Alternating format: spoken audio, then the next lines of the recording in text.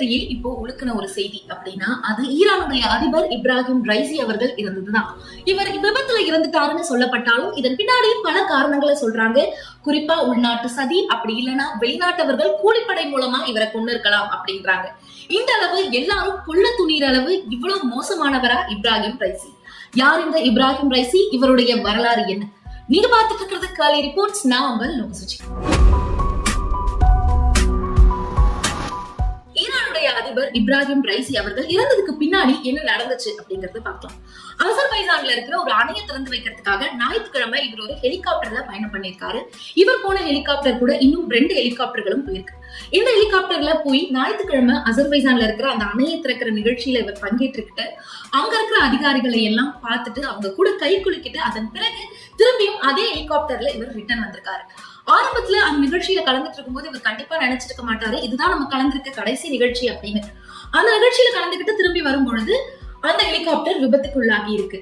டெக்ரான் அப்படின்ற ஈரானுடைய தலைநகரை நோக்கிதான் அந்த ஹெலிகாப்டர் வந்துகிட்டு இருக்கு. ஆனா டெக்ரான்ல இருந்து 600 கிலோமீட்டர் தொலைவுல ஜோல்பா அப்படின்ற இடத்துல அந்த ஹெலிகாப்டர் விபத்துக்குள்ளாகி இருக்கு. இந்த விபத்துக்கு காரணமா சொல்லப்படுறது அங்க இருந்த வானிலை மாற்றம். இதனாலதான், ரொம்ப மேகமூட்டத்துடன் இருந்ததுனாலதான் இந்த ஹெலிகாப்டர் விபத்துக்குள்ளாகி இருக்கு அப்படின்னு சொல்றாங்க. சோ இந்த விபத்துல யார் யார் இருந்திருக்காங்க அப்படின்னு பாத்தீங்கன்னா, ஈரான் அதிபர் இப்ராஹிம் ரைசியோட சேர்ந்து 9 பேர் இருந்திருக்காங்களா. சோ அந்த 9 பேர்ல முக்கியமான இன்னும் 2 பேர் யாருன்னா, ஈரானுடைய வெளியுறவுத்துறை அமைச்சர் ஹுசைன் அவரும் இருந்திருக்காரு. அது மட்டும் இல்லாம அசர்பைஜானோட கிழக்கு மாகாண ஆளுநர் மாலிக் ரஹமத் இவங்களும் இருந்திருக்காங்க. இதோட இன்னும் 9 பேர் அந்த ஹெலிகாப்டர்ல பயணம் பண்ணிருக்காங்க. இந்த ஹெலிகாப்டரோட பேர் பெல் 212 அப்படின்னு சொல்லப்படுது. சோ இந்த ஹெலிகாப்டர்ல பயணம் செய்யும் போதுதான் அந்த குறிப்பிட்ட ஹெலிகாப்டர் மட்டும் விபத்துக்குள்ளாகி இருக்கு. இவர் கூட இன்னும் 2 ஹெலிகாப்டரும் போயிருக்கு. ஆனா அந்த ஹெலிகாப்டர் விபத்துக்குள்ளாகாதனால இவங்களுக்கு இன்னுமே சந்தேகம் வலுத்திருக்கு. ஒருவேளை இந்த விபத்துக்கு பின்னாடி வேற ஏதாவது காரணங்கள் இருக்குமா அப்படின்னு. இப்ராஹிம் ரைசி அவருடைய இந்த இறப்பு கொலையா இருக்கும்னு பலர் சந்தேகிக்கிறதுக்கான காரணம் இப்ராஹிம் ரைசி அவர்கள் தான். இவர் அதிபரா இருக்கும் போதே பலர் இவருக்கு எதிர்ப்பு தெரிவிச்சிருக்காங்க. குறிப்பா உள்நாட்டில இருந்து இவருக்கு பல எதிர்ப்புகள் கிளம்பி இருக்கு. 1960 டிசம்பர் 14 இப்ராஹிம் ரைசி ஈரான்ல இருக்கிற மஷ்கத் அப்படின்ற இடத்துல பிறக்கிறாரு. சின்ன வயசுல இருந்தே இவருக்கு மத போதனைகள் நிறைய சொல்லப்பட்டு இஸ்லாமிய இறையாண்மைக்கு கட்டுப்பட்டு தான் இவர் வளர்றார். சோ இதனாலேயே அந்த நாட்டுல இஸ்லாமிய இறையாண்மையை கடைபிடிக்கணும், எல்லாரும் ரொம்ப கட்டுக்கோப்பா இருக்கணும் அப்படிங்கறதுல ஈரானுடைய அதிபர் இப்ராஹிம் ரைசி அவர்கள் ரொம்பவே தெளிவா இருந்திருக்காரு. அட்வொகேட்டான இப்ராஹிம் ரைசி அவர்கள் 1979 நடந்த இஸ்லாமிய புரட்சியின் போதே பல பேரால அறியப்பட்டிருக்காரு.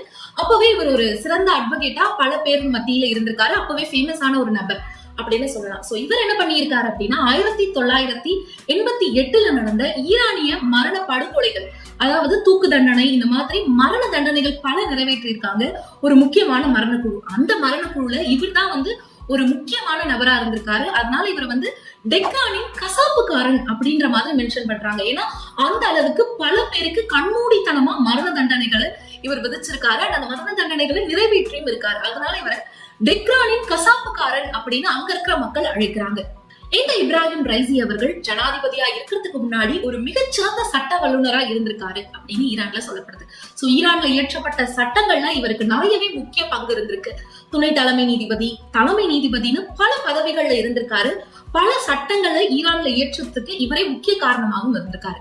சோ இப்படி இருந்துட்டு இருக்க இவர் தான் 2006 முதல்ல அரசியலுக்குள்ள நுழையிறாரு. சோ அதனை தொடர்ந்து 2017 ஜனாதிபதி தேர்தலுக்கு போட்டியிடுறாரு. ஹசன் ருஹானி அப்படிங்கிறவரால இவர் தோற்கடிக்கப்படுறாரு. அவர் தான் 2017 ஜனாதிபதி ஆகிறாரு. இருந்தாலும் ரொம்பவே கவனிக்கத்தக்க இடத்தை பெறாரு இப்ராஹிம் ரைசி. காரணம், இவர் அவ்வளவு வாக்குகளை பெறுவாரு, கிட்டத்தட்ட 2வது இடத்தை பிடிப்பாரு அப்படின்னு 2017 யாருமே நினைக்கல. ஆனா அதையெல்லாம் தாண்டி 2021 இப்ராஹிம் ரைசி அவர்களே ஜனாதிபதியா மாறுறாரு. இப்போ ஈரானுடைய அதிபரா இருந்து இறந்திருக்காரு இப்ராஹிம் ரைசி அவர்கள். ஈரான்ல இஸ்லாமியர்களுக்கான கட்டுப்பாடு மட்டும் இல்லாம பெண்கள் இந்த மாதிரி தான் இருக்கணும் அப்படின்னு பல கட்டுப்பாடுகள் விதிக்கப்படும்.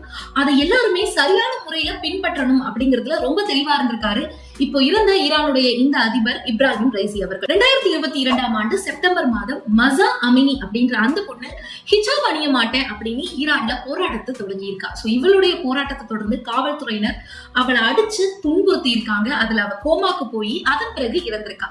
இந்த விஷயத்தை கேட்ட பெண்கள் பல பேர் அவளுக்கு குரல் கொடுக்கிற வகையில போராட்டத்துல இறங்கி இருக்காங்க. இந்த போராட்டத்தை இப்ராஹிம் ரைசி அவர்கள் ரொம்பவே மோசமான முறையில அடக்குனதா சொல்லப்படுது. இந்த போராட்டத்துல கிட்டத்தட்ட 30 to 35 பேர் இறந்திருக்காங்க. ஆனா அது குறித்த அபிஷியல் தகவல் எதுவும் இல்லைனாலும் போராட்டத்தை தொடர்ந்து எந்தவித அசம்பாவிதமும் நடக்கக்கூடாது, இது குறித்து யாரும் மேல பேசக்கூடாது அப்படிங்கறதுனால ரொம்பவே வன்மையான முறையில இந்த போராட்டத்தை அடக்கி இருக்காரு இப்ராஹிம் ரைசி அவர்கள். பெண்கள் கட்டுக்கோப்பா இருக்கணும், குறிப்பா இஸ்லாமிய மதத்துல சொல்லப்படுற விதிமுறைகளை கட்டுப்பாடுகளை பெண்கள் பின்பற்றணும் அப்படிங்கறதுல ரொம்பவே கவனமா இருந்திருக்காரு இப்ராஹிம் ரைசி அவர்கள்.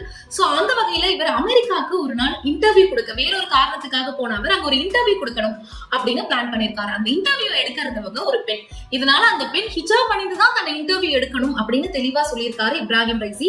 அவங்க ஹிஜாப் அணிய மாட்டேன் அப்படின்னு சொன்ன காரணத்தினால அந்த இன்டர்வியூவை கேன்சல் பண்ணிட்டு திரும்பவும் ஈரானுக்கே திரும்பி இருக்காரு இப்ராஹிம் ரைசி அவர்கள். சோ இந்த மாதிரி பல மத போதனைகள், பல கட்டுப்பாடுகளை எல்லாருமே பின்பற்றணும் அப்படின்னு சொல்ற அளவு ரொம்ப மோசமான ஒரு அதிபரா தான் தன்னுடைய நாட்டில் இருந்திருக்காரு இப்ராஹிம் ரைசி அவர்கள். இதனாலேயே இவருக்கு உள்நாட்டு எதிரிகள் அதிகம் அப்படின்னு சொல்லப்படுது. அது மட்டும் இல்லாம இவருடைய சொந்தத்தில் இருப்பவர்களே இவரை கொல்றதுக்கு பிளான் பண்ணிருக்கலாம். ஒருவேளை இந்த விபத்து உள்நாட்டு சதியினால நடந்திருக்கலாம். இவரை எதிர்க்கிற பல பேர் இவரை கொல்லணும்ன்றதுக்காக இப்படி ஒரு விபத்தை உருவாகி இருக்கலாம் அப்படின்னு சொல்லப்படுது. சோ இப்படி ஒரு பக்கம் உள்நாட்டு சதிகள் இருக்கும் அப்படின்னு சொல்லப்பட்டா, இன்னொரு பக்கம் வெளிநாட்டு சதிகளும் இருக்கும். சோ வெளிநாடு அப்படின்னு சொன்னா குறிப்பா இஸ்ரேல் தான். ஈரான் அப்படின்னு சொன்னாலே இப்ப போர் நடந்துட்டு இருக்கு, எல்லாருடைய கவனமும் இஸ்ரேல் பக்கம் தான் திரும்பி இருக்கு அப்படின்னு சொல்லணும். போர் நடக்கும் ஆயுதப்படை குழுவுக்கு ஈரான் தூதரகம் உதவுச்சு. அதே மாதிரி சிரியால இருக்கிற ஈரான் தூதரகம் இஸ்ரேலோட வான்வழி தாக்குதல்களையும் ஈடுபட்டுச்சு. இந்த தாக்குதல்ல ஈரான் படையை சேர்ந்த 7 படை தளபதிகள் இறந்திருந்தாங்க.